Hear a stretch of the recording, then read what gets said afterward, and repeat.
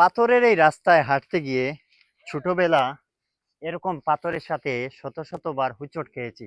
কখনো পড়ে গেছি, আবার কখনো সেই পাথরের সাথে হোঁচট খেয়ে পায়ের নখ খসে গেছে, আবার রক্তক্ষরণও হয়েছে। বয়স বাড়ার সাথে সাথে সময়ের ব্যবধানে এখন আর এইরকম পাথরের সাথে হোঁচট খাই না, কারণ আমি এখন সতর্ক। ঠিক তেমনি ভাবে আমাদের চলা পথে উঠা বসায় কিছু মানুষের সাথে সুসম্পর্ক হয়, আবার সেই সুসম্পর্ক দুঃসম্পর্কেও পরিণত হয়। কারণ মানুষের সাথে চলতে গিয়ে এই পাথর যেভাবে আমাদেরকে হুঁচট খাওয়ায়, ঠিক তেমনি ভাবে কিছু মানুষ আমাদেরকে আঘাত করে। এই আঘাত করাটা যখন আমরা আঘাত করা থেকে শিক্ষা নিয়ে আমরা সতর্ক হই, তখন আর এই পাথর যেভাবে আমাদেরকে হুঁচট দিতে পারে না, ঠিক তেমনি ভাবে কিছু মানুষও আর আঘাত দিতে পারে না। আমরা সতর্ক থাকি তখন।